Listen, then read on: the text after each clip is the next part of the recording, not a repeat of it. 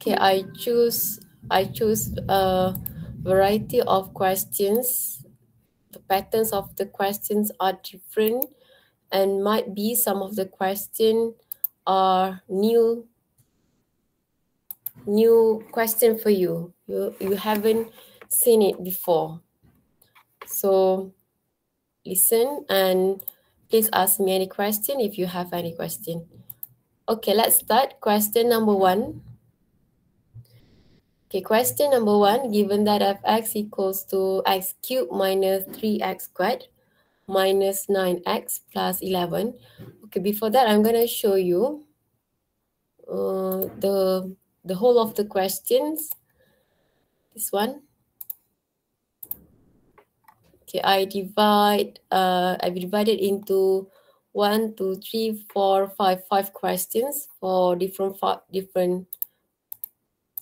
so 5 different questions. Okay, the first part is about the extremum problems. You have to use the first or second derivative to locate the local extremum and minimum, and you have to sketch the graph. And in that part, we have to know how to find the horizontal and vertical asymptotes, and then sketch the graph, find a critical point. And this is the new question for you. I didn't give you this question in lecture note, how to find the point of inflection and how to sketch the graph of the graph. Okay, when we have both maximum, minimum, and also the inflection. How do we sketch that? We're gonna look at question 3 later. And then this is optimization problem. This is a past year question.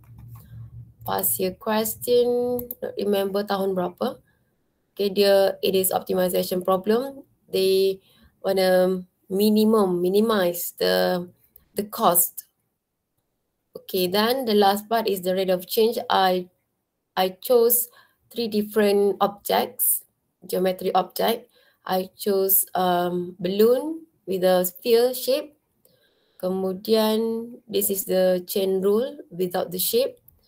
And then here is the cone. So itu overall yang kita akan tengok dalam revision today. Okay, continue with number 1. Part A, if f intersects the x-axis at x equals to 1, x equals to p, and x equals to q, find the value of p and q. This is the passive questions also. So they can relate and combine 2 or more different chapters in one question. As you can see in this question, they combine chapter 5, where we find the x-intercept and y-intercept before we sketch the graph. All right, so the purpose of asking this part is to help us to sketch the graph in part C. Okay, let's start.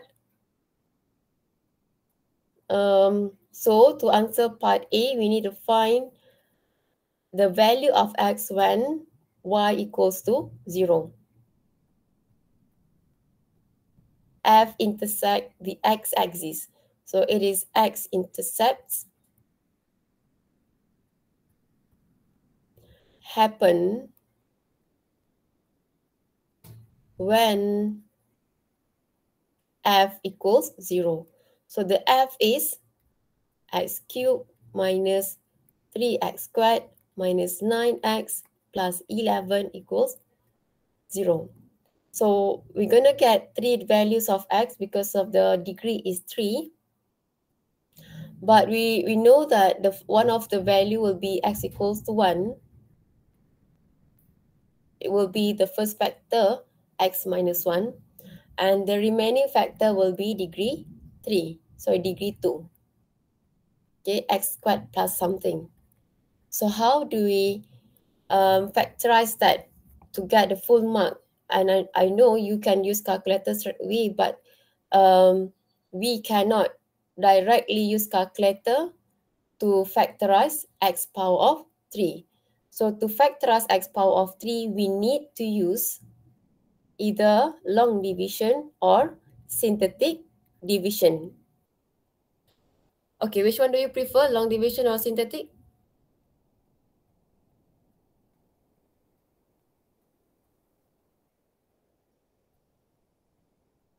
Which one?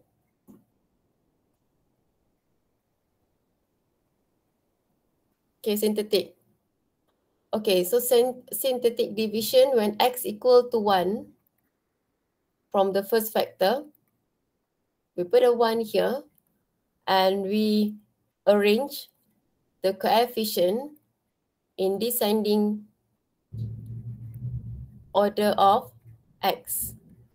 So the coefficient for x cube is 1, -3, -9, and 11. We draw a straight line here and here.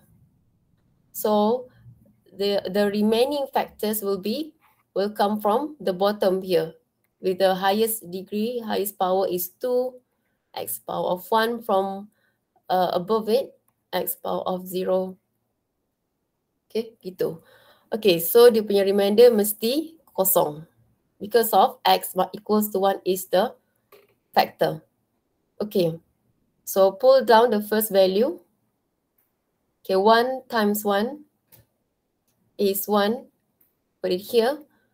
So the operation is plus. -3 plus 1 is negative.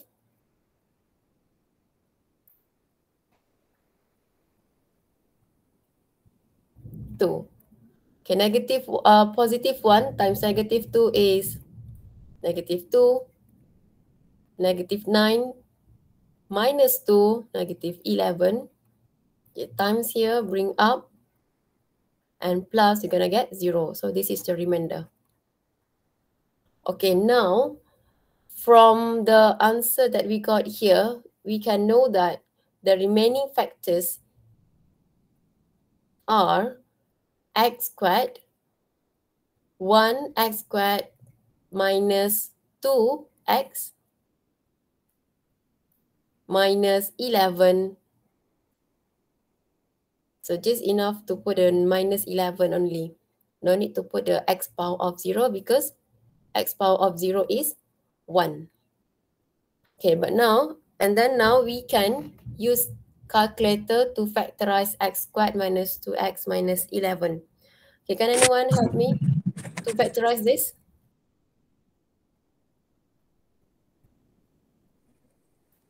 Factorize the quadratic here, please.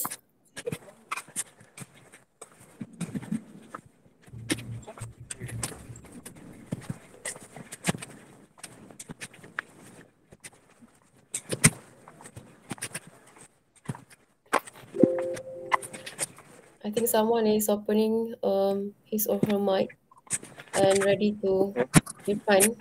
Irfan nak jawab soalan saya, Irfan. Boleh Irfan tolong saya? Factorize Irfan.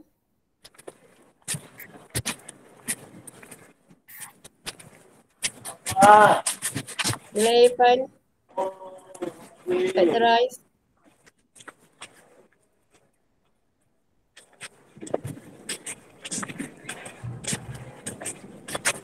I guess Irfan doesn't listen to me.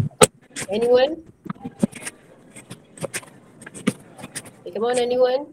Can you help me to factorize x power of 2 here? Minus 11. Amar. Awal.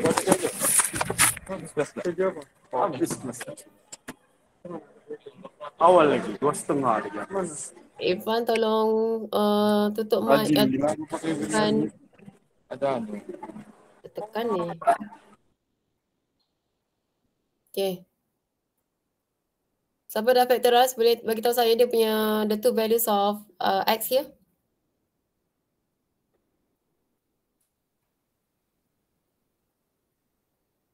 Maybe dapat cert because of 11.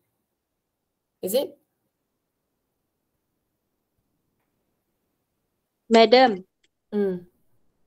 Yes. It's 1 plus 2 set 3. And then one more? And 1 minus 2 set 3. Okay, to get full mark, thank you. To get full mark, we cannot straight away write down the values of x inside the bracket. We need to use the formula of quadratic of finding value of x. Okay, so now I need to erase this part. Tak boleh. Okay, to factorize x squared minus 2x minus 11. So kita belajar cara nak jawab exam untuk dapat markah penuh ya. So kalau tak boleh nak dapatkan integer, then we need to use this formula. It's not very complicated. You just have to write down the formula, or you can straight away substitute the values of A, B, and C in the formula. So negative of negative 2 plus minus square root negative 2 squared minus 4AC over 2A. A is 1. And then you can jump to the answer that you got from the calculator. 1 plus minus 2 third 3. Okay, then we can answer the question now. P and Q. Therefore, X equals P equals 1 plus 2 third 3. And X equals Q equals 1 minus 2 third 3. Okay, we've done with part A. Now, part B, use the second derivative test to find the coordinates of the local extremum. So let's recap the flow of solving the problem using second derivative test. Okay, just recap the flow. So from F, we need to differentiate once, and then the first derivative equal to 0 to get the critical number. Then we find the critical value by substituting the value of x in the original function. And then we differentiate for the second time. Then we substitute the value of x from previous part, sub in the second derivative. Then we conclude whether the critical number is maximum or minimum. If the second derivative greater than, so it is minimum x, and less than 0 is going to be the maximum x. So that's the flow. Then let's start. We start from fx.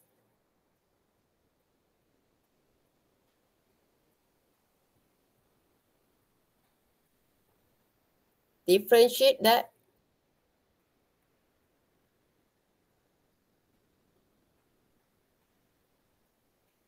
Make it equal to 0. Why? Because of we can find the maximum, we can find maximum and minimum point when the dy dx equals 0. So kalau nak cari mereka, perlulah cari di area dy dx equal to 0. Okay, so what is the dy dx? Dy dx is the 3x squared minus 6x minus 9 equals 0. Okay, one thing that I want to remind you is, before you can use and press your calculator to factorize this equation, make sure the quadratic equation must be in the simplest form.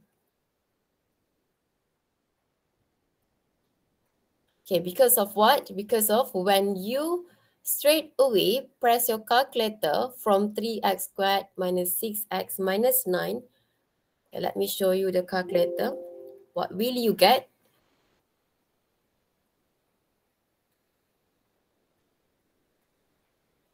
Okay, so 3, negative 6, negative 9, and you will get x equals 3 and x equals negative 1. Okay, what happened here? X equals 3, X equals -1. Okay, what is the problem when we just took the value from the calculator? The problem is when I expand these two brackets, I won't get the quadratic as in we get from the previous part. As you can see, if I expand x times x, I won't get 3x squared. So the calculator give you the answer in the simplest form. So means that you have to simplify your equation dahulu before you press your calculator. So the simplest quadratic equation is going to be this. Okay, can you see the logic? When I expand x with x, I'm going to get x squared. -3 times 1 is -3. Okay, barulah kamu punya kuadratik sama maksud dengan hasil factorization. So be careful. Okay, next, after we make it equal to 0, we're going to form the point by substituting these two values of x in the original function. So when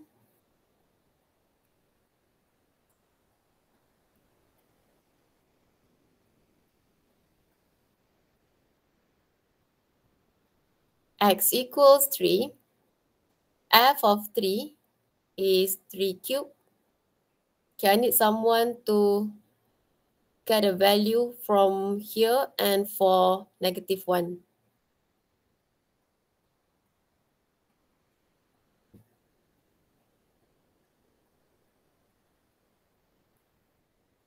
Can anyone tell me the two critical values for these two x?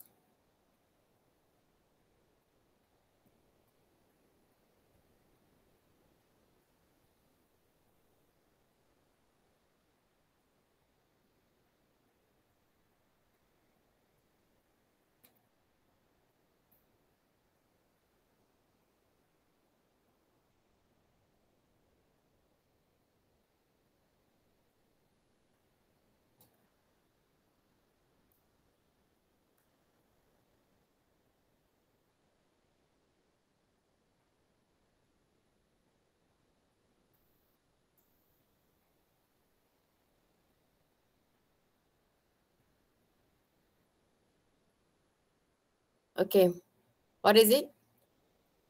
The first value of y here?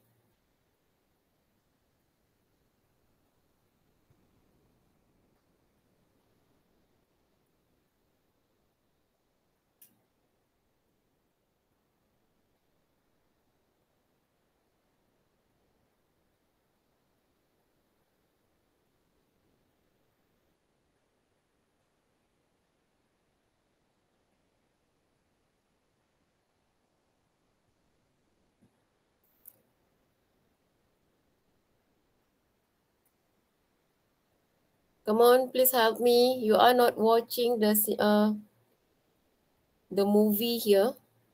We are doing maths.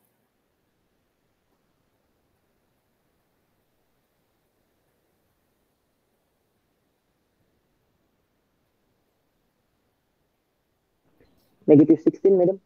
Madam, it X equals 3, y berapa? -16. 16. Sure? Yes. The second one?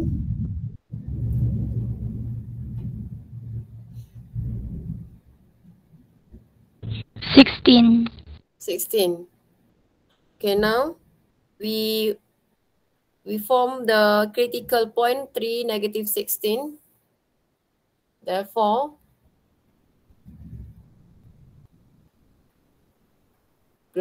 the critical points are 3, -16 and 1, -1, +16. Okay, back to the flow. Once we got the critical point, we need to differentiate and get a second derivative from the first derivative. in previous part we got what? 3x squared minus 6x minus 9.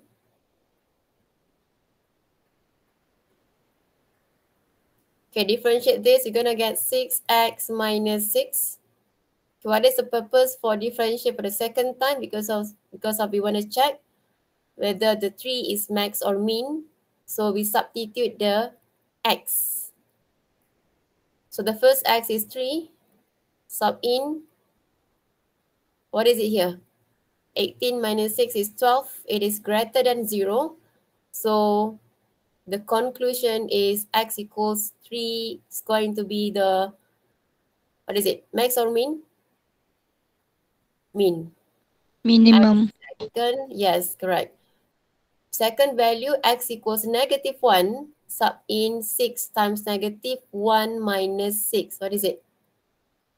Negative 12 less than 0. What is the conclusion? X negative 1 is maximum. Okay, so we have to conclude in the final answer. Find the coordinates of the local. So coordinate mesti together x and y. Therefore, 3, negative 16 is minimum point. In exam, please write the complete sentence. Is maximum point. Okay, now the last part. Okay, the crucial part. Why we have to learn all these things is because of we need and we want to know how to sketch the graph easily. Okay, based on the calculation. So I'm going to sketch the graph now. It's very fun if you can sketch graph easily in 1 minute. It's not going to be a hard part in your life sebenarnya kalau nak lukis graph ni.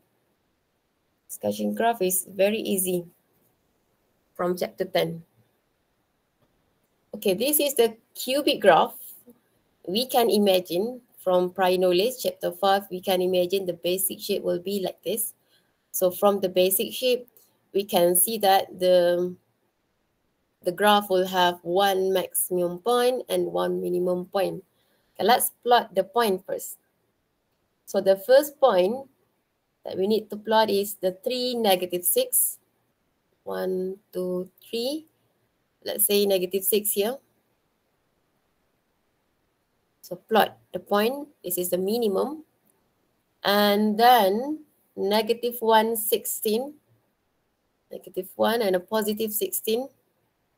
So the distance from 0 to negative will be equal to distance from 0 to positive. So that your graph is very nice. Okay, plot the point. Okay. So it's very random if we just combine these 2 points and show the shape like this. Okay, the best way is we relate with the first part. The first part we got what? We got x equals 1 and dia akan pass through juga 1 plus 2 third 3. Can someone give me the decimal number of 1 plus 2 third 3 and 1 minus 2 third 3? So that I can plot it accurately. What is it? 4, 1, 2, 4. 4 point something, I guess. 4.46. 4.46 yang minus negative. Negative. Negative 2.46. Okay, thank you. So 4.46 dengan negative 2.4. 4.46, so about here. So dia akan limpas kat sini nanti. And one more. Negative 2.5. Negative 1, negative 2, negative 2.5 about here. So dia akan crossing this point also. 1 minus 2. Okay, 1 minus 2, set 3. Okay, so we have 1, 2, 3, 4 points. Okay,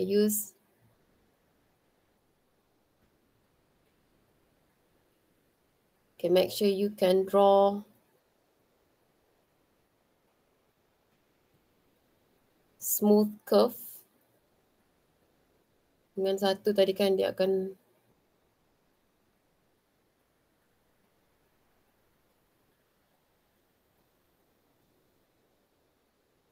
I hope I can sketch the better graph than this. Tak apa. Okay, so dulu nanti kita akan betulkan.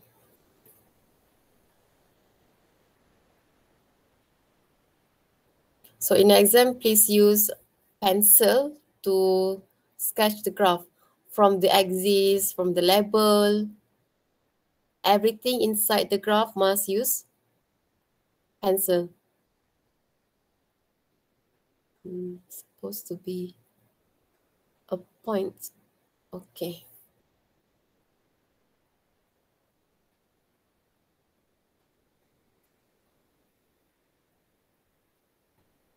Fastest through one, go to the minimum point. Okay, I guess this is my best graph that I can do. Okay, everyone okay dengan graph ni? Okay, madam. Okay. Okay, can we go to next question? Okay, question 2 is all about critical points. Before that, they ask us to find the horizontal asymptotes. Okay, horizontal and y-intercept. Okay, let's start number 2. To find the y-intercept happens when x equals 0. So sub in x equals 0, 0 plus 0, sub in the question, plus 2 over 0 squared minus 0 plus 4. So 2 over 4 is 1 over 2. Okay, we've done the first part. The second part, find the horizontal asymptote. So the horizontal asymptote, you must relate with so whatever the question is, it's not whatever, either they ask you to find vertical or horizontal asymptote,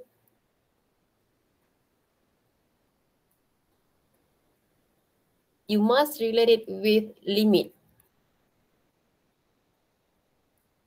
You cannot simply say the vertical asymptote is x equals to 1. The horizontal asymptote y equals to 3. Tak boleh statement. Mesti kena ada proof that you know from the calculation the asymptote is this. Okay, we have to prove by using calculation. Okay, jadi kita akan gunakan limit x approaches to positive infinity. Okay, just remember horizontal asymptote will be y equals something. So you can imagine if you confuse between vertical and horizontal asymptote, you can draw the small diagram and draw the horizontal asymptote like this. And you can imagine where the graph go to the right, the graph go to the left.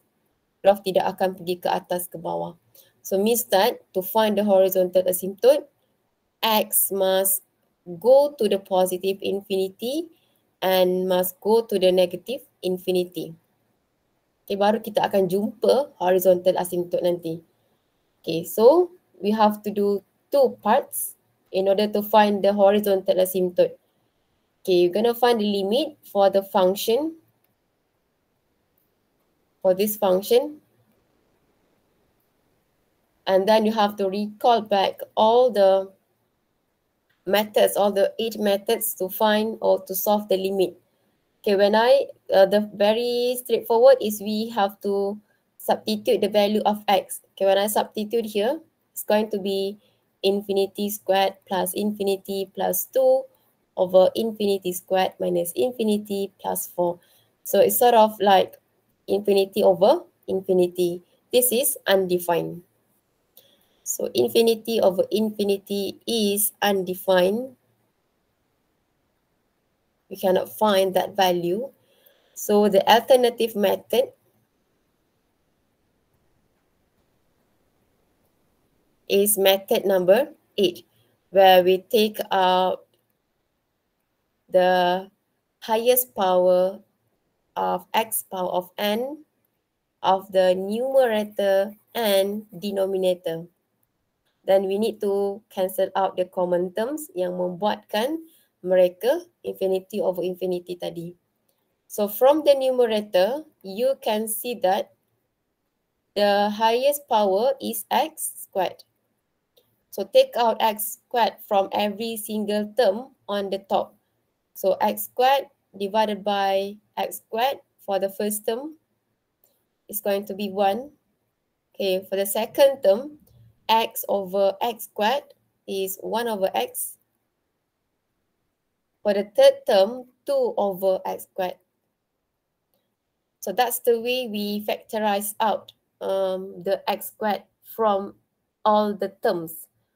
Okay, do the same thing for the denominator. We take out the highest power and divide each term by x squared. So the first term divide x squared is 1 minus second term x over x squared is 1 over x plus third term 4 over x squared is 4 over x squared. Okay, cancel out common terms yang membuatkan dia infinity over infinity tadi. So now we just have 1 plus 1 over x plus 2 over x squared. We are ready for solving the limit and get the value. Okay, to find the limit, we need to apply and to recall properties number 1 and here is method 7. Okay, what is the properties number 1?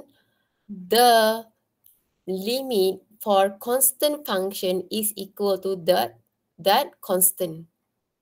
Sebab nilai y it doesn't change. Always keep on y equals to 1. No matter x go to right or go to left, dia punya constant nilai y tu sentiasa sama. Okay, itu properties untuk constant. Okay, what is the method 7? The method 7 is this one. When limit x approaches to positive or negative infinity of 1 over x power of n, the answer is 0. So limit x approaches to infinity of 1 over x is 0. 2 over x squared also 0. Over 1 minus 0 plus 0. So the answer is 1. Okay, then we move to the left. Basically, all the calculation will be the same. Just repeat and copy.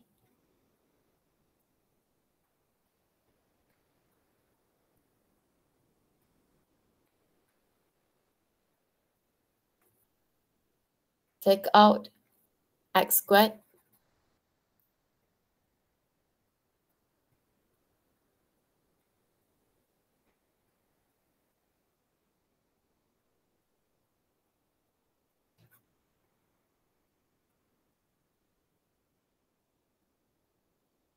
Cancel out common terms. And we can find the limit for every single term. 1 plus 0 plus 0. Once again, apply properties number 1 and method 7. So the conclusion from the calculation, we can say that y equals 1 is the horizontal asymptote. Okay, bear in mind if we get two different values, let's say to the positive infinity, I got 1, then to the negative infinity, let's say I got 2. So both of them will be the horizontal asymptotes. Okay, kadang-kadang dekat dalam soalan dia kamu akan nampak dia punya hint. Kalau dia mention horizontal asymptote, dia single. So ada satu je lah nilai Y. Kalau dia mention horizontal asymptotes, kena berhati-hati juga. Kalau dia mention horizontal asymptotes, maksudnya ada dua dia punya horizontal asymptote. Contoh macam ni. Okay. Cuba dapatkan hint dengan baca soalan, dengan betul-betul baca soalan tu. It's not simply baca sahaja. Okay, we move on with question 2B, find the critical points. So, critical point dia akan sampai first derivative equal to 0 sahaja.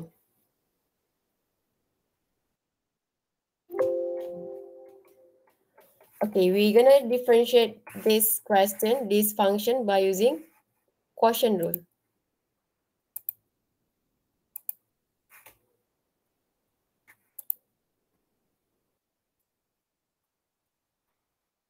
It's not very hard to differentiate this by using quotient rule sebab dia punya function atas dan bawah hanya x kuasa 2 sahaja. Very easy to differentiate. So we're going to use the quotient rule.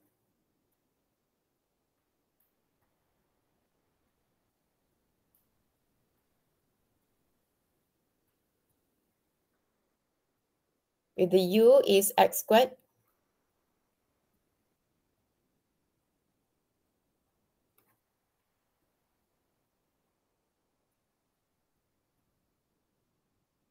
V prime equals to x minus 1.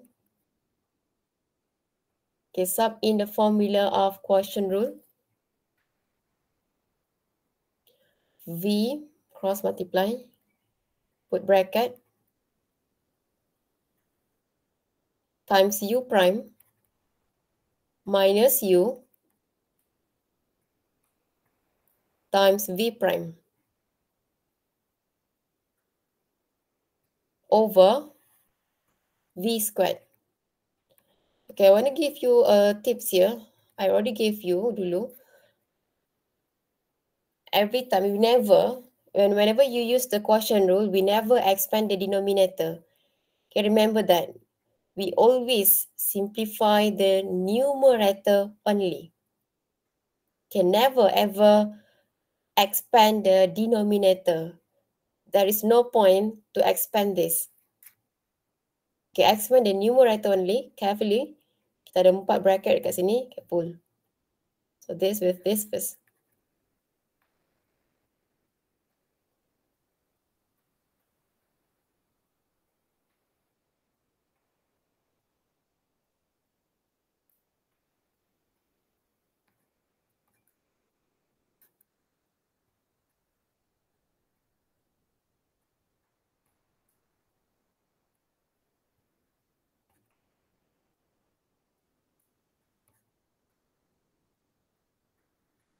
I think maybe there are some terms that we can cancel them out.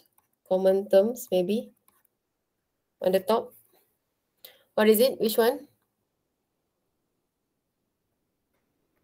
Hope everyone can see it. We have 2x cubed can be cancelled out. What else? Negative x here with this akan jadi positive, so cancel it out. What else? 8x, 4x tak boleh. That's it. Plus, ini akan jadi plus. Negative, negative jadi negative. Okay, no more. Okay, so proceed.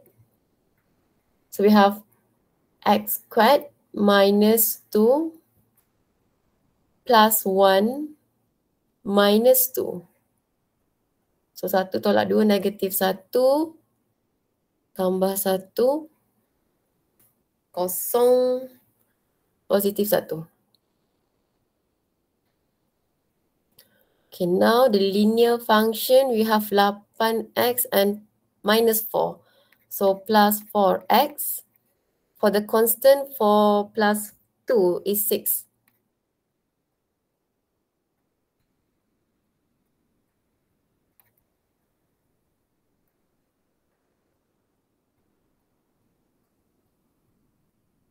Okay, so we've done with the process of differentiation to get a first derivative. So this is the first derivative.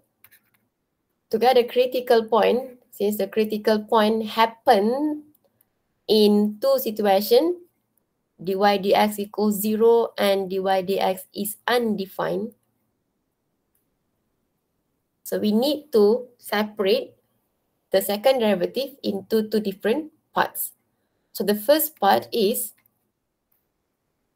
when the dy dx equals to 0.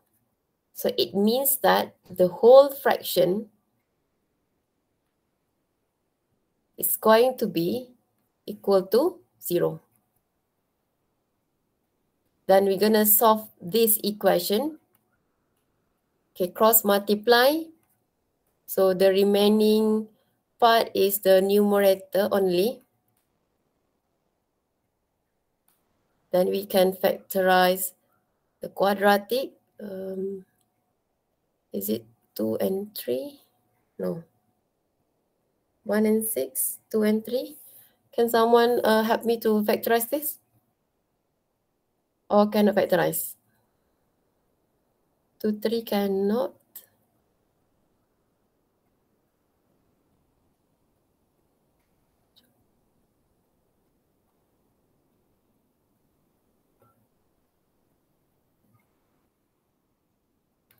Can factorize or cannot? This one?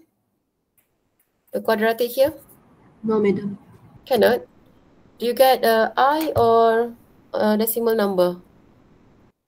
The I. Ada I. Okay. Let's proceed. So the second situation, the critical point happens when the dy dx is undefined.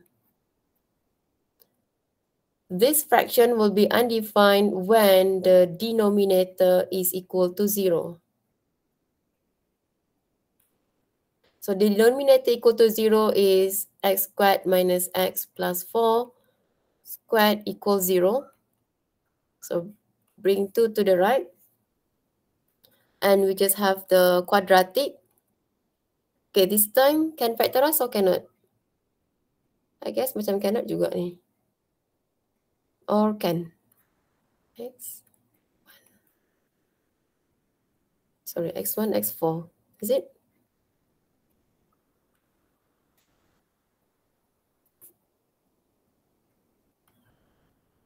Cannot. Cannot, Cannot? madam. Cannot juga. Yes. Oh. Very weird.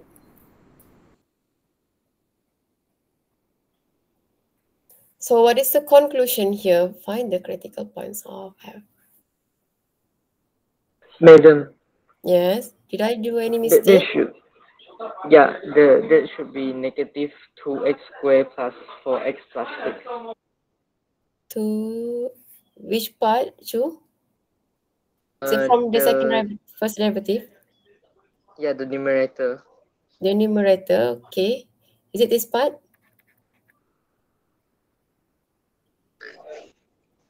Yeah, that should be negative 2x squared. Negative 2. Why? Because 1 minus 2 is negative 1. Plus 1 is 0. Oh, yes. Because of this. Negative 2. Okay, I put a negative here. Negative. Yes, negative 2. The positive 4 and positive 6, correct or not?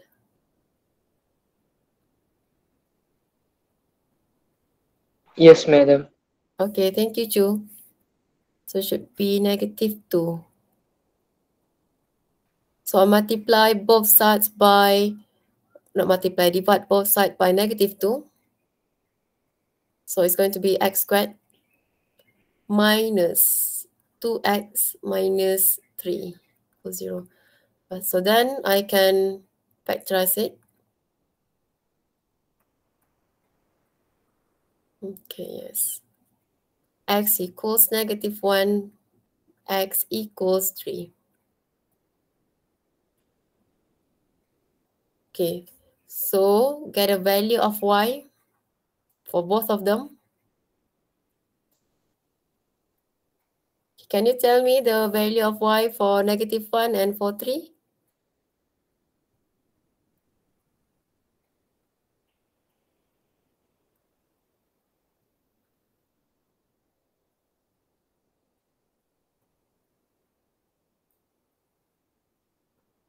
X equals -1. What is the y?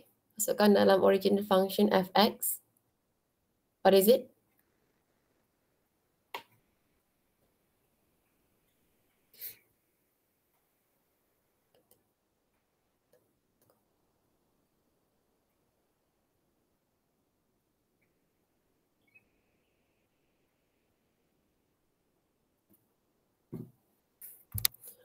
The y here, x equals -1, y is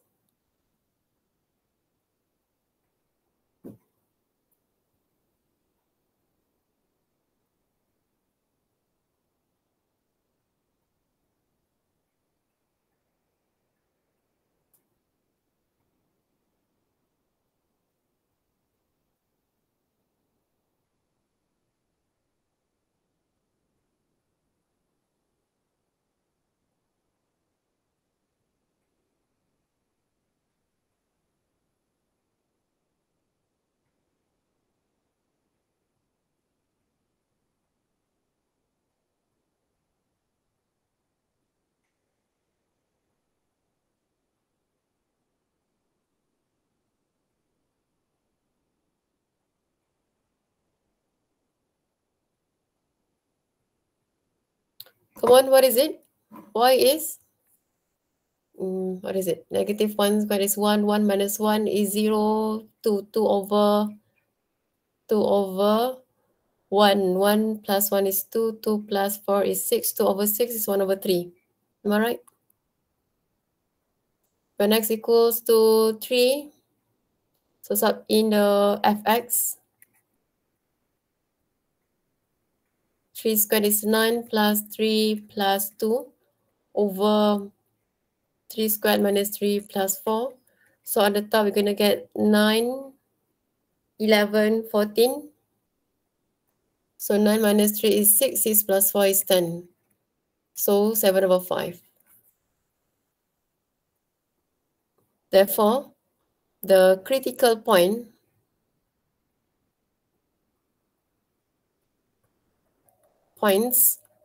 are -1, 1 over 3, and 3, 7 over 5. Okay, that's it for the critical points. So we cannot get the critical point from the denominator since we cannot factorize it. It's okay. Maksudnya dekat bahagian bawah tu mungkin dia akan jadi dia punya denominator. Sorry, dia punya asymptote. Okay, question 3. As I said, this is a new question for you. I didn't give you the this kind of question dalam lecture note hari tu. Okay, question 3. Find the points of inflection, local maximum and local minimum. Local maximum and local minimum are the same thing as relative. Sama juga relative maximum dengan relative minimum. Dan sama juga kalau kita panggil dia sebagai maximum point, minimum point. Benda yang sama. Okay, of the function y equals to x power of 4 minus 4x cubed. Hence, sketch the graph of y. Okay, before we start the calculation, I want to introduce to you once again the inflection point. Okay, look at the first box, the left box here. Inflection point exists when the curve change from concave upward to downward. And when the second derivative is equal to 0, and at the same time, f prime, the first derivative, has the same sign in both intervals before and after the critical number x. That's when we can find the inflection point. As you can see in the a middle box. For instance, here B, C, D, and P are the points of inflection. According to the definition number 1, it says that we can find the inflection point when the curve concave change from concave upward to concave downward. Concave tu dia punya lengkung, dia punya curve. Concave upward, concave downward. Jadi ada perubahan lengkungan tu akan berlakunya inflection point di tengah-tengah tu. Okey, kita tengok dekat sini. Di bahagian point B, semua point yang ada dekat sini adalah inflection point. So dia berlaku seolah-olah graf itu sedang mendatar. Tapi bukan mendatar di atas dan di bawah. Dia mendatar ke kiri atau mendatar ke kanan. Mendatar ke kiri, mendatar macam ni. Okay, dia bukan di maksimum minimum. So, dekat bahagian point B, C, D dan P adalah dy dx dia sama dengan kosong. Dan kita perhatikan concave dia sekarang. Dia punya bentuk curve. B is an inflection point because of the interval before, interval daripada sini sampai sebelum B, the interval before is concave downward. Okay, this curve is concave downward. Okay, dia macam ni, concave downward. And then interval after B, on the right hand side of B, it is concave downward. Apabila berlakunya concave upward, dia bertukar ke concave downward, di pertengahan itu adanya dy dx sama dengan kosong, akan dikatakan ada wujudnya inflection point. Okay, tengok lagi contoh lain. Bahagian point C, interval sebelah kiri smile, interval sebelah kanan set. Okay, macam dekat P, dia smile, lepas tu dia set. Tu dia punya curve, bentuk curve dia berbeza selepas dan sebelum inflection point. Okay, itu dia punya definition yang pertama. Okay, definition yang kedua, melalui calculation, yang ni yang kita kena tahu. Macam mana nak kira dan cari point of inflection seperti dikehendaki soalan. Firstly, you have to find the first derivative and second derivative. When you substitute the value of x from first derivative into the second derivative, then the second derivative is equal to 0. So that's the theorem, the third theorem that you have to recall. I'm going to show you the theorem. This one. This is the second derivative test punya theorem. Yang we always see yang adalah first dengan second. I'm going to highlight here the third point. When the first derivative equals 0 and second derivative also equals to 0, it means that the second derivative test fails to determine whether the point x equals to c max or min. So we need a help from first derivative test to help us to determine whether x equals c maximum or minimum. So that's why dalam slide tadi, bila second derivative sama dengan kosong, kita perlu berbalik kepada first derivative dan buat table sekiranya Selepas buat table yang di last row, kan kita balik kepada first derivative. Ada satu nilai X yang membuatkan second derivative kosongkan tadi. Okay, sekiranya dia punya shape dekat bawah ni, upward, ataupun go down macam ni. So, nilai X tadi akan dikategorikan sebagai inflection. Okay, kalau macam ni lah. Tapi kalau yang second derivative kosong, lepas tu kita buat table, pada nilai X, kita jumpa slope dia macam ni. So, kita kata X itu adalah maksimum. Okay. Boleh? Jadi, ini cara nak cari point of inflection by using second derivative and first derivative test. Okay. The last box here, the second derivative test, saya nak recall sahaja, might help you to sketch the graph of fx nanti, the last part.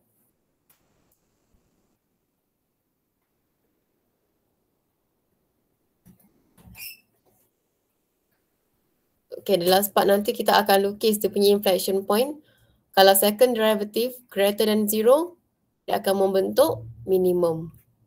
If second derivative less than 0, dia akan membentuk maximum. Itu yang kita dah selalu guna. Okay, let's answer the question now. Okay, remember, we're gonna do up to second derivative. So start with the y.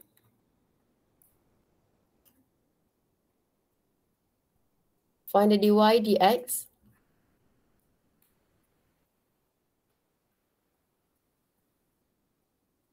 Dy dx equals 0. So dy dx equals to 0 akan jumpa 3 point. Maximum, minimum dan inflection point. Ketiga-tiga ni boleh kita jumpa bila dy dx sama dengan kosong.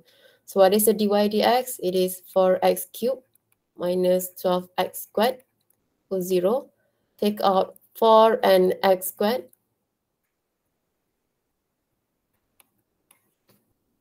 So x equals 0 and x equals 3.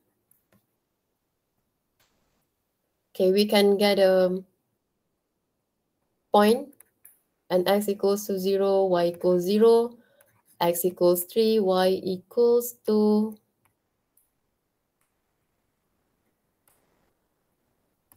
what is the value here? 304 berapa? 64 ke?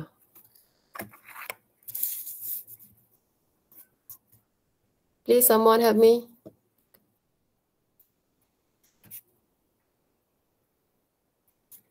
Negative 27. Okay, thank you. So we have 0, 0. And we have 3, negative 27. Okay, based on our calculation so far, out of 3, kita akan dapat 2 sahaja. Okay, kita akan dapat 2 sahaja sebab ada 2 point dekat sini. Okay, kita teruskan lagi dengan second derivative. From here, 4 times 3, 12x squared minus 24x. Okay, now let's test both x equals 0 and x equals 3. Kita nak test dia. Adakah dia berjaya jadi inflection ataupun dia jadi maksimum minimum seperti biasa. Continue here. When x equals to 0, the second derivative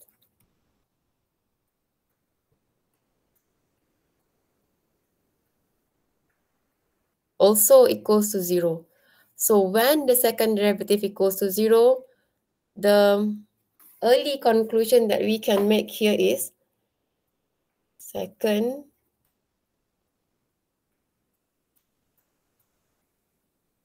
fails to determine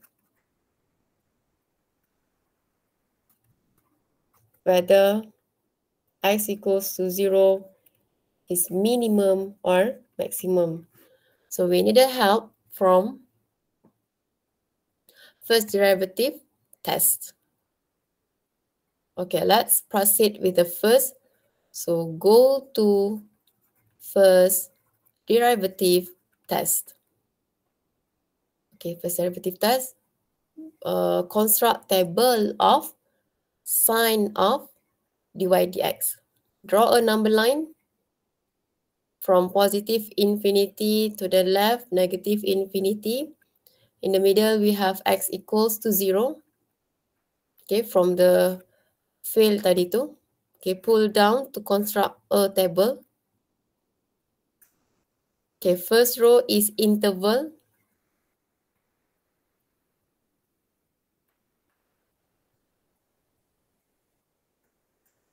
Okay, sine of dy dx. Okay, before that, we need to choose one test value. Let's say I choose one here, -1 and 1. Okay, jadi -1 masuk dalam dy dx. Okay, use this part. So -4 minus 12, negative. Masukkan 1, 4 minus 12 is -8. So negatif kedua-duanya. Okay, daripada sini baru kita boleh buat conclusion. The shape dia punya dulu. Shape going down. So we can say 0, 0 is the inflection point. Okay, kita dah jawab soalan yang pertama. Find the point of inflection. Okay, seterusnya kita akan tentukan sama ada the second point, 3 negative 27, gonna be maximum or minimum point by using second derivative test. Okay, so when x equals 3, second derivative test is 12 times 3 squared minus 24 times 3. What is it here? 660. It's going to be something greater than 0. Am I right? Greater than 0 or not? I guess greater than 0. Yes, Is it? madam. Okay, thank you. Okay, now we can see 3 negative 27 is the minimum point. Okay, now the crucial part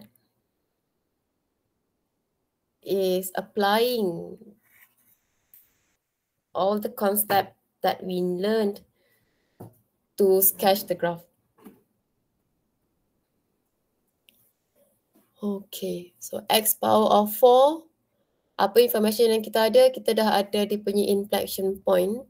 We have the minimum point. As we have the shape of the graph before 0 and after 0.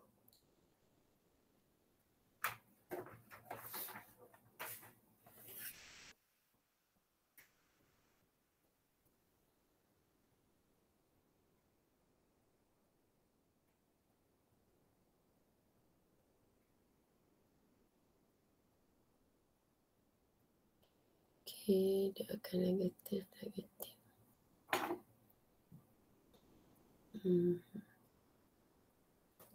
Okay, kita sketch the graph eh. Okay, no space. So I'm gonna sketch it here. It's very small diagram maybe.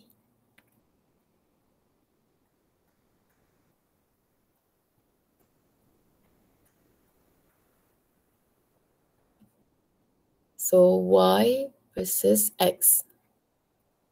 Okay, y versus x.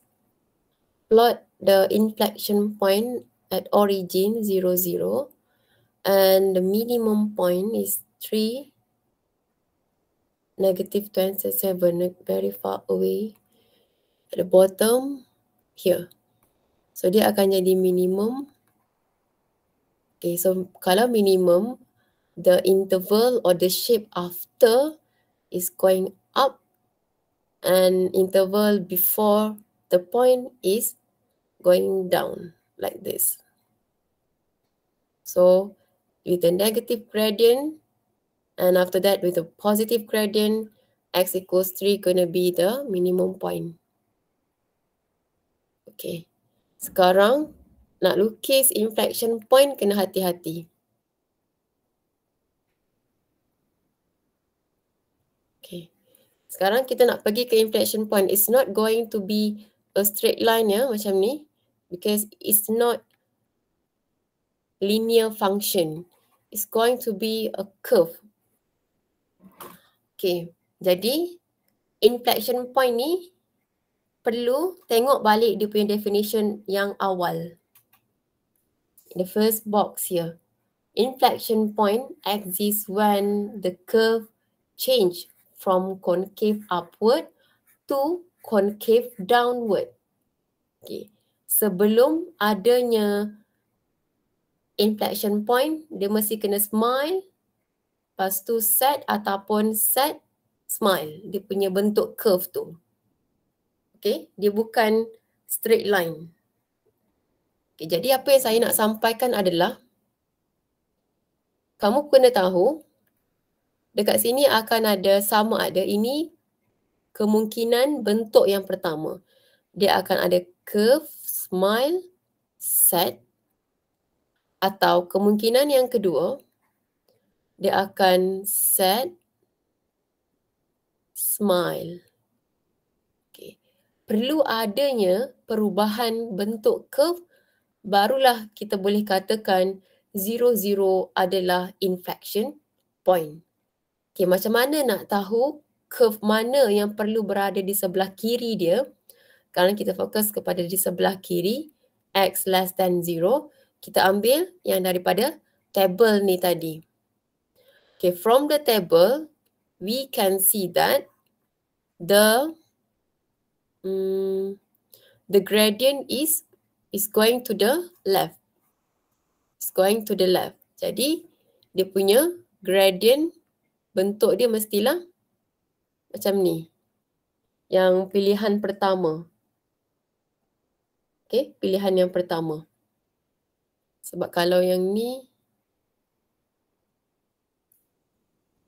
kalau dia masam, oh boleh juga. Boleh juga. Kalau yang ini negatif, ini positif. Kita tengok dia punya jenis bentuk graf, possibility. Okay. So negative, concave downward. Okay, tengok pada dia punya graf tadi. Kalau second derivative less than 0, dia akan concave downward. Kalau second derivative greater than 0, dia akan concave upward. So second derivative tadi adalah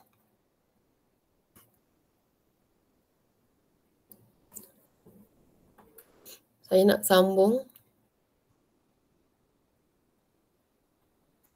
Sekarang nak tengok dia punya concavity. Concave upward ataupun downward. Based on second derivative test. When x equals to 1, negative 1, the sign of the second derivative from here, 12 tambah 4, so positive. Jadi dia akan smile when x equals to positive 1, the second derivative, masukkan dalam second derivative, 12 tolak 4 is less than 0. So dia set. Okay, sekarang kita dah boleh tentukan dia punya bentuk graf untuk sambungkan 0, supaya dia jadi inflection point. Okay, sebelum dia akan smile. So selepas 0, dia akan begitu.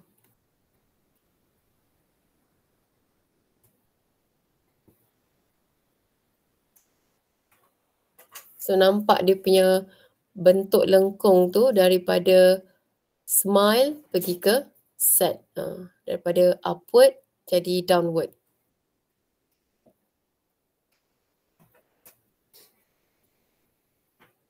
Okay, I hope everyone is okay. Okay, it's over after, dah over 4 o'clock. If anyone have anything to settle, kamu boleh, you can go now. Kalau siapa-siapa yang tak ada, nanti saya akan bagi link di dalam Telegram. Pada siapa-siapa yang tak ada apa-apa urusan, boleh stay sampai saya habis soalan 5. Sikit lagi ni. If you have something to do, you can go now. Okay, the rest yang you wanna stay, you can stay. We continue with question number 4. Okay, a closed right circular cylinder container of radius r and height h is to be constructed with a volume 4,000 cm3. The cost for the construction is Rm 1 ringgit per cm squared for the curved surface, while 2 ringgit for cm squared for the top and bottom surfaces. State h in terms of r and hence find the radius of the cylinder so that the cost of the construction is going to be minimum. So this is the object. We have a cylinder. We have a curved surface. Dia punya body ni kita panggil sebagai curved surface. And base, top and bottom kita panggil sebagai base. So every 1 cm squared, setiap 1 cm persegi, let's say this is 1 cm squared, dia nak construct. So dia akan gabungkan beberapa bahan binaan yang 1 cm squared digabungkan sampai akan jadi satu bekas kontainer. Jadi harga setiap 1 cm squared ini adalah RM1. Okay, harga satu box ni. Macam contoh satu tiles lah. Okay, lantai punya tile tu, katakan satu tile tu harga dia RM1. Tapi bila nak buat dia punya penutup atas, dia punya lid, bottom and top, harga dia mahal sikit, RM2. So setiap 1 cm squared untuk penutup atas dan bawah, harga dia RM2. Okey, jadi sekarang kita perlu bentukkan, what is the guideline that I gave you in class? You have to draw the diagram already. You have to identify what is the item that to be maximized or minimized. So the item that needs to be minimized is the cost. So the equation that we need to form is the cost of building or constructing the cylinder. Okay, cost of constructing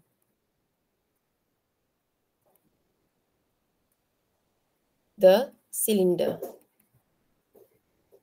Okay, jadi maybe soalan ni terlalu complicated for some of you. Saya nak bagi satu example yang lebih mudah untuk kamu fahamkan dan kamu compare menjadi complicated example nanti. Okay, contoh kalau saya nak bina satu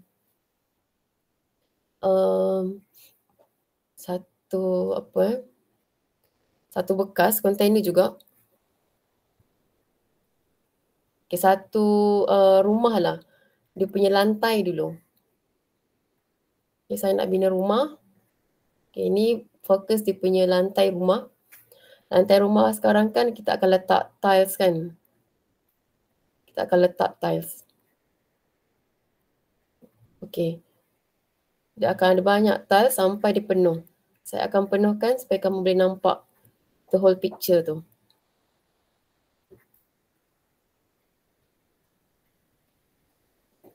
Okay, semua yang kotak-kotak kecil ni adalah dia punya tiles. Okay, setiap tile harga dia RM5 contoh. Ni tile yang cantik lah. Okey. Lepas tu kalau ikutkan manual, kita boleh kira lah 5 tambah 5 tambah 5, RM5 tambah RM5 tambah RM5. Kita boleh kira manual. Kan? RM5 darab dengan berapa box ataupun berapa tiles persegi yang kita perlukan. Katakan dekat sini ada katakan ada 100. So RM RM5 darab dengan 100 tiles yang diperlukan. So cost dia adalah RM500. Inilah yang kita nak kira sekarang dia punya cost. Okay. Alternative method adalah kita tak perlu pun nak kira satu kotak ni ada berapa. Alternatifnya adalah kita boleh gunakan konsep area. Berapa besar. Sebabkan tiles itu berbentuk segi 4 persegi. Kuasa 2 adalah area. So kita boleh kira area dia punya lantai rumah tu. Katakan dekat sini 10 meter. Dekat dia punya lebar sini pun 10 meter juga. So kita boleh darab 10 darab dengan 10. So RM 5 darab dengan 100 cm squared. So perlukan 500 tiles. Sama jugalah dia punya jawapan. So cost dia adalah RM500. Jadi macam mana nak bentukkan. So sekarang saya nak ajar macam mana nak bentukkan equation cost. So cost akan terhasil dengan adanya dia punya price yang darab dengan dia punya area. Okay. Price times area gonna be the total cost. Itu contoh yang simple. Sekarang kita masuk kepada contoh soalan. Jadi nak kira total cost sekarang, saya akan buat since dia punya harga body dengan harga base berbeza, kita kena asingkan. Cost of the body, dia punya curve surface ni ya, body, plus dengan cost of the base. Base atas dan bawah. Okay. Sekarang fokus satu persatu. Cost of the body, cost datang daripada price yang darab dengan area of the body. Plus cost of the base is price of the base times area of the base. Okay, masukkan dia punya price. For the body, dia punya curved surface is RM1. Enough to put just one. Okay, area of the body, area of cylinder 2 pi RH. I put a C for cost. Plus price of the base is RM2. Put 2 here. And area of the base is 2 pi R squared. So inilah equation yang kita akan teruskan sampai second derivative. Gunakan second derivative test. Okay. So I already identify the item that needs to be minimized. Then I already have the formula. And now identify the constraint. What is the constraint? We have H and R together here. So I need to make sure only one variable during differentiation nanti. So kena eliminate this H. Hint dia dah bagi dalam bahagian soalan pertama. State H in terms of R. Okay, dia dah bagi info daripada volume. Okay, we calculate it aside. Given the volume is equal to 4,000 and volume of cylinder daripada formula is pi R squared H. This is equal to 4,000. So H equals to 4,000 over pi R squared. Okay, itu permintaan soalan pertama ya. Kita dah selesaikan. So what is the purpose to find the hash in terms of R? To eliminate the hash. So C equals to 2 pi R 4000 over pi R squared plus 4 pi R squared.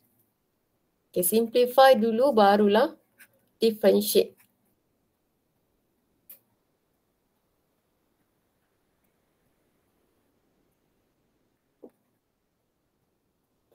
Okay, now semua dah dalam bentuk R, barulah akan start second derivative test. Okay, DC dr.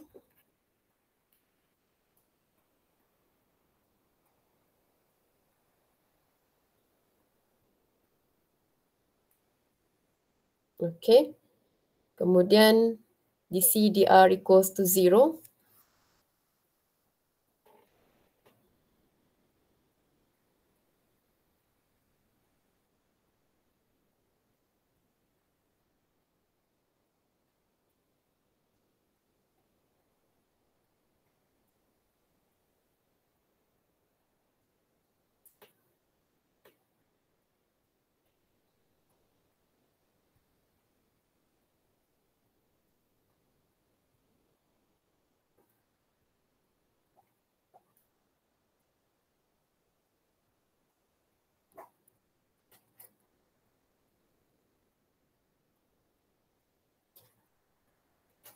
Okay, solve for R, find the value of R.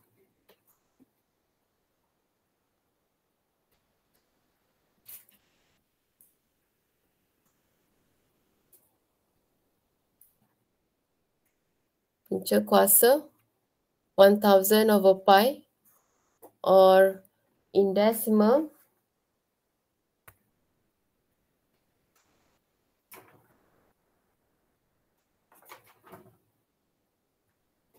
6.83 cm. Okay, ini baru radius biasa. Radius yang belum kita tahu, adakah radius ini yang akan membuatkan cost dia maksimum ataupun radius ini akan membuatkan cost dia minimum.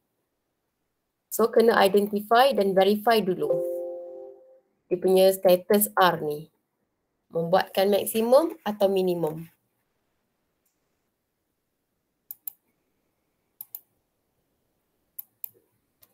So, we need to proceed with the second derivative.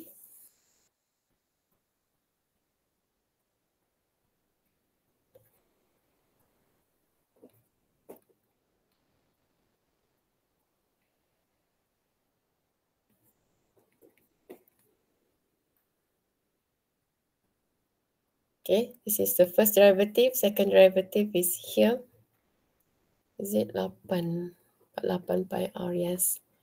So positive 16 R per 3 plus 8 pi.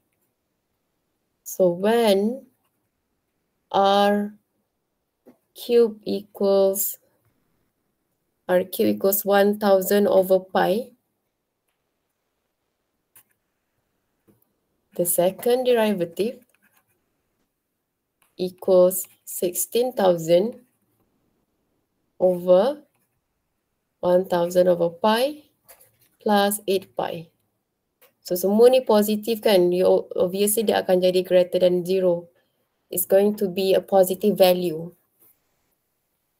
Okay, lepas tu kita akan verify. Kita sudah verify yang therefore, since second derivative greater than 0, therefore R equals to 6.83 tadi is minimum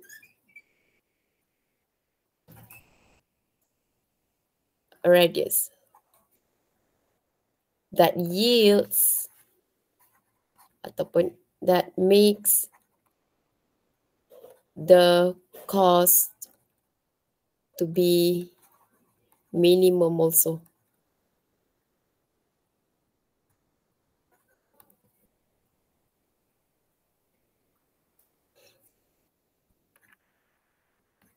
Okay, radius yang minimum akan membuatkan cost dia minimum. Okay, so settle untuk soalan yang keempat. Ada satu lagi soalan tapi ada A, B, C. Last part is rate of change. Okay, rate of change. Are we going to use the chain rule? This kind of question pernah ni keluar tahun 2007 if not mistaken. Dia dah bagi dia dah bagi C. It is a function, a cost function in terms of K. And since this is application of differentiation, obviously we have to differentiate that function.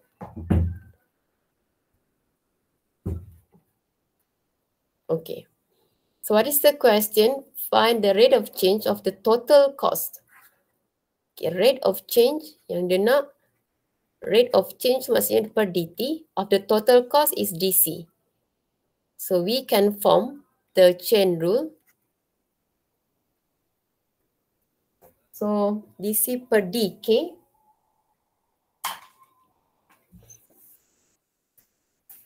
and dk per dt. dc per dk kita dah dapat tadi for k plus 1. K dk per dt daripada second equation, second function.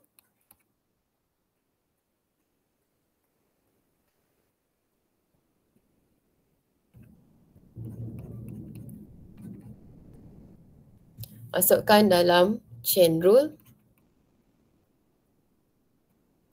But bear in mind, the answer of every time for the rate of change must be in a value. Tak boleh bagi dalam bentuk variable. Mesti jawapan dalam bentuk nombor sahaja.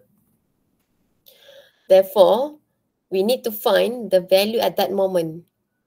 What is it? T equals to 1. So, dia punya information seems like not enough. We need to know T and K in order to find the final answer. So, mesti ada cara untuk dapatkan nilai K. So, what is the K? Mana K? Okay, this is the K. Okay, K equals to T squared plus 100T. So, dia ada relation antara K dengan T. We can use this relation when T equals 1, K equals 1 squared plus 100 times 1. So, K equals 101. Okay, substitute. Masuk dalam the last step tadi.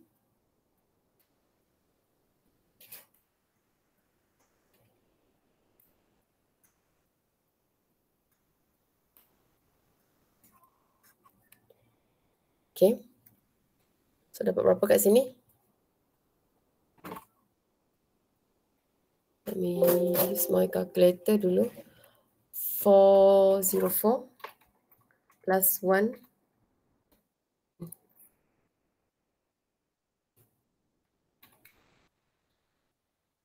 Yang first bracket 405. Yang second bracket 102. So answer is 41310. It's very logic untuk dapatkan jawapan yang terlalu besar because of the cost of manufacturing. Besar kan dia punya factory dekat situ, dia punya produk. Okay, seterusnya. Maksudnya, apa maksudnya dekat sini? Maksudnya adalah when T equals to 1 every 1 minute, dia memerlukan modal RM41,310 untuk 1 minit untuk menghasilkan 101 boxes of chocolate. Dan besar dia punya modal kat situ. So sebab itulah coklat mahal. Okay, seterusnya. The surface area of a balloon in the shape of sphere is decreasing. So be careful. Dia punya area. Kuasa 2. So dA ataupun ds per dt equal to negative 2. Find the rate. Rate is over something of the volume dV It's decreasing when the radius of the balloon is 5 cm. So 5 cm ni kita akan guna last kali bila dah settle dV/dt. Okay, we can form the chain rule for the question dulu. So dV per something darab dengan something per dt. Kalau tengok pada formula sphere, yang hanya ada variable di dalamnya adalah R sahaja. Maksudnya kita hanya boleh dapatkan dV per dr per dt. But according to the question, we just can know the dA per dt. So means that we can try to get the dV dr from formula, and means that we need to get dr per dt from the information. Means that the -2 will tells us the dr per dt nanti. Okay, form another chain rule for dA per dt. Okay, according to the formula untuk sphere, memang area hanya boleh differentiate respect to T sahaja. Sorry, respect to R only. So the common chain rule, bahagian chain rule adalah dr per dt. Jadi kita akan ambil dr dt ini masuk ke dalam the second chain rule nanti. So it is -2 dA per dr. We need to find it first. Let me find it here. A of the sphere is 4 pi r squared. dA per dr is 8 pi r. Substitute here. So it is 8 pi r times dr per dt. Therefore, dr per dt is equal to -2 over 8 pi r. Cancel out. It's -1 over 4 pi r. Okay, then we need this to answer the question. So dV per dt is equal to dV per dr. So before that, we need to find the dV dr by using the formula of volume.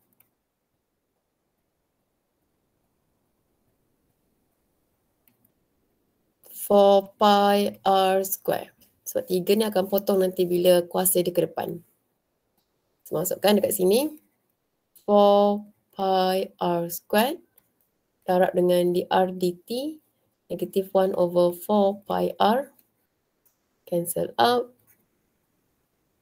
So tinggal -r. Okay, so the rate of change of the volume happens when r equals to 5. So it is -5. Okay, nilai dia negative because of the radius is decreasing. Okay, so yang ini kena pandai bentuk dan main dengan chain rule. Kena pandai relate apa kehendak soalan dan macam mana nak gunakan information untuk menjawab soalan. Okay, there is a new skill yang kita perlu belajar kat sini. Okay, next. A conical tank is of height 12 meter and surface diameter is 8 meter. Water is pumped into the tank at a rate of 50 meter per minute. How fast is the water level increasing when the depth of the water is 6 meter? Okay. Jadi nak rate of change, awak kena lukis dia punya diagram dulu. Conical tank with a height of 12 and the diameter jadi dia punya radius yang kita nak adalah 4. Diameter 8, so radius 4. Okay, dV per dt pump into, maksud dia akan positif 50. Soalan dia dH per dt. So chain rule akan dibentuk, first kali chain rule dibentuk berdasarkan kehendak soalan.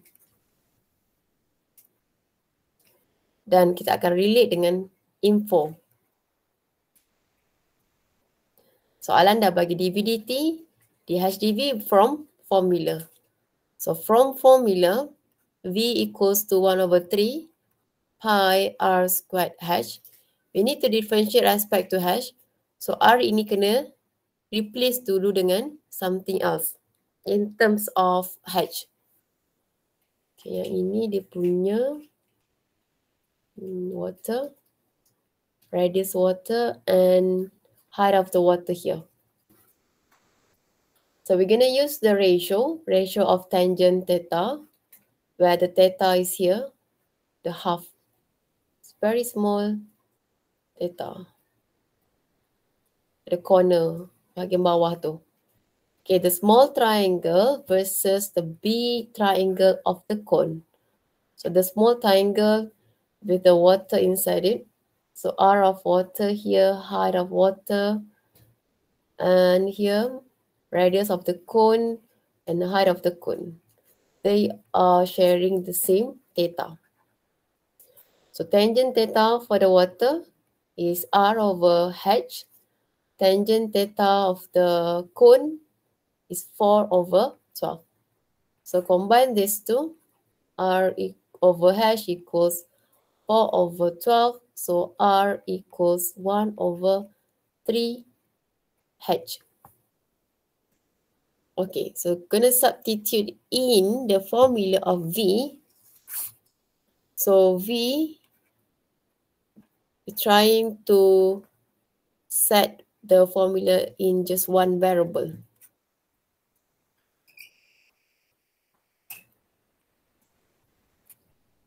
Sembilan 27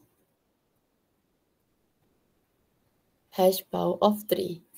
Differentiate it, dV per dH, 3/27 pi H squared.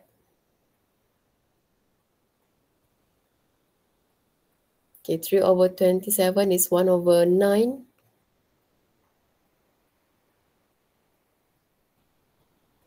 We don't need dV per dH, we need dH per dV. So it is 9/pi H squared. Okay, now focus to the question. We need to find dH per dt. Substitute dH per dV. It is 9/pi H squared times dV per dt, given is 50. And multiply them, 450 over pi with the H is 6 meter squared. So the answer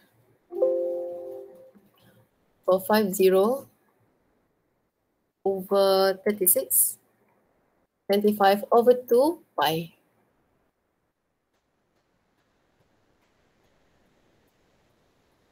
Okay, if you want to put the limit, the unit, you can.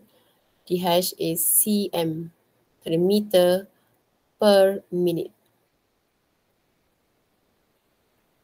Okay, that's all for the revision for chapter 10. We have seen variety of the question from extremum problem to the rate of change. Okay, next Monday kita akan tengok graph chapter 5. Thank you everyone kerana menjadi sangat setia sampai ke penghujung. Thank you, Madam. Bye.